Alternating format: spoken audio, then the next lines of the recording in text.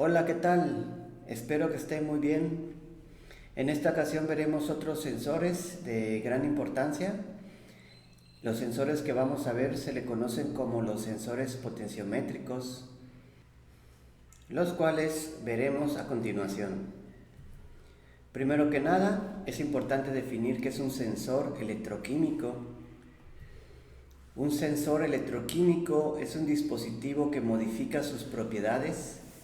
Normalmente lo que se modifica es la diferencia de potencial y esto es a consecuencia de la interacción con una sustancia química. Otra forma de definirlo es la siguiente, que nos dice que son dispositivos que como resultados de una reacción química se obtiene una señal cualitativa medible y útil analíticamente. Ahora, si quisiéramos definir un biosensor, lo podríamos definir como un dispositivo que interactúa con elementos bioquímicos o biológicos, como lo son las enzimas, los anticuerpos, los ácidos nucleicos, células, tejidos y microorganismos. En este caso, se puede apreciar cómo funciona un biosensor. Aquí se tiene una muestra que contiene analitos y estos son detectados por medio de receptores y para captar la medición es necesario de un transductor que captura el valor medido y lo transforma a una señal eléctrica. Entonces, ahora veremos qué es un sensor potenciométrico.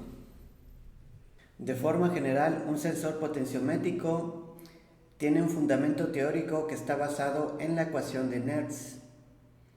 La ecuación de Nernst se puede apreciar en esta imagen, en la cual se tienen diferentes elementos como es la diferencia de potencial, la constante de los gases, la temperatura absoluta, la carga eléctrica del ion considerado, la constante de Faraday y las concentraciones iónicas. Se componen generalmente de electrodos de trabajo y un electrodo de referencia.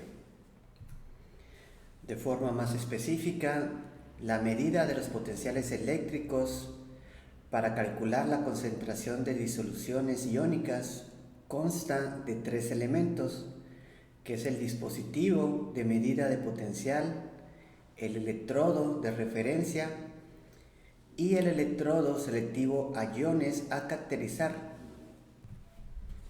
El dispositivo de medida de potencial es el instrumento utilizado para medir el voltaje de la celda que forman el electrodo indicador y de referencia. En realidad es un voltímetro muy sensible que amplifica la débil señal eléctrica que producen los electrodos y permite lecturas de hasta 0.1 milivolt con gran exactitud.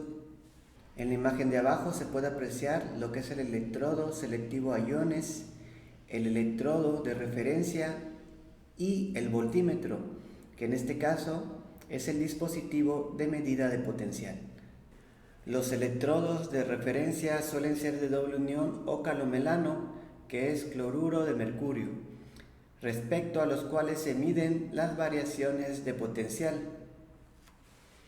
Hay que recordar que siempre se necesita de un electrodo de referencia para que se pueda tener una diferencia de potencial. Finalmente, los electrodos selectivos a iones, como su nombre lo indica, son electrodos sensibles a la presencia de un tipo de ion en la solución y permiten su cuantificación. Hay que recordar que si tuviéramos un átomo neutro y si éste perdiera un electrón, se formaría un catión. En el caso opuesto, si tuviéramos un átomo neutro y éste ganara un electrón, obtendríamos un anión.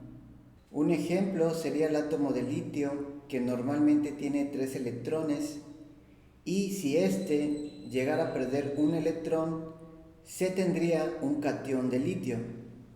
El término selectivo quiere decir que son sensibles a una familia de iones de características similares, pero de entre todos ellos tienen mayor afinidad para uno en concreto.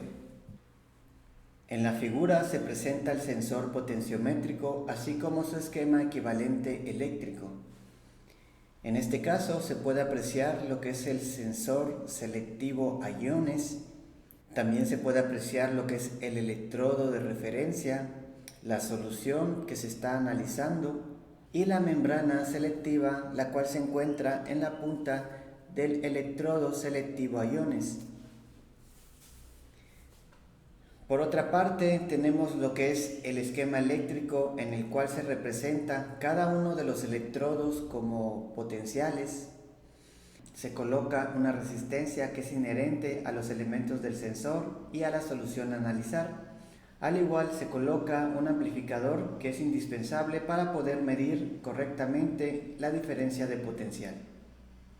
En los electrodos selectivos a iones, también conocidos como ICE, debido al inglés Ion Selective Electrode, la membrana es responsable tanto del reconocimiento selectivo como de la transformación del potencial generado en una señal eléctrica que se puede medir.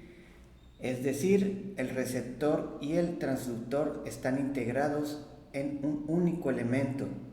Esto quiere decir que la membrana del electrodo indicador es la encargada de captar los iones de la solución y transformar esta captación en una señal eléctrica. El sistema actúa como una pila, de forma que al sumergir los dos electrodos en la solución, se establecerá un flujo momentáneo de iones en la interfase existente entre la membrana selectiva y la solución de trabajo. Por lo que, en resumidas cuentas, se genera una diferencia de potencial cuya magnitud depende de la cantidad de iones presente en la solución. La diferencia de potencial medida es la suma de tres contribuciones. La primera es la interacción entre la membrana sensora y el ion de interés. La segunda es la interacción que se origina entre el elemento de referencia y el medio donde está insertado. Y la tercera es la unión líquida. A continuación se explicará a mayor detalle estas tres contribuciones. En el primer caso se mencionaba acerca de la interacción entre la membrana sensora y el ion de interés. En este tipo de sensores se tienen diferentes membranas dependiendo lo que se desee medir. En general se tienen tres tipos de membranas: las membranas cristalinas, las membranas no cristalinas y los electrodos compuestos. Las membranas cristalinas se dividen en dos, una es el cristal único y otra es el policristalino. Las membranas no cristalinas que se dividen en vidrios y líquidos. Y finalmente los electrodos sensores o electrodos compuestos se dividen en tipo gases y enzimas. El segundo punto nos decía acerca de la interacción que se origina entre el elemento de referencia y el medio donde está insertado. Este proporciona un potencial constante si la composición del medio de referencia y la temperatura no varían. Lo que esto quiere decir es que la medición o diferencia de potencial va a estar directamente relacionado con la interacción entre el líquido y el electrodo de referencia.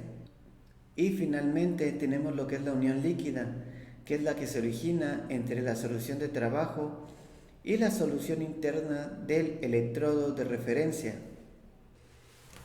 En general, este tipo de sensores se clasifican en tres categorías basados en la constitución de los electrodos. Estas son las de estado sólido, las de estado líquido y los sensores de gas. Los de estado sólido incorporan una superficie sólida sensible hecha de haluros de plata comprimidos o un material sólido cristalino. Estos sensores se utilizan para la determinación de bromuro, cloruro, ioduro, cobre, cianuro, fluoruro, iones de plata y plomo. Por otro lado, tenemos los sensores de estado líquido, los cuales son sensores cuyos electrodos son de membrana líquida. La composición de este tipo de membranas es homogénea de polímero que contiene un intercambiador iónico de naturaleza orgánica para el ion determinado. Están disponibles para mediciones de nitratos, potasio y calcio. Finalmente tenemos los electrodos de gas, los cuales están formados por electrodos combinados que detectan gases disueltos en la solución, en el cual el elemento sensor está separado de la solución por medio de una membrana permeable al gas. El gas disuelto en la solución ingresa en la membrana y cambia el pH, en el cual el cambio de pH es proporcional al gas disuelto en la solución. Sin más que decir, me despido y les deseo un excelente día.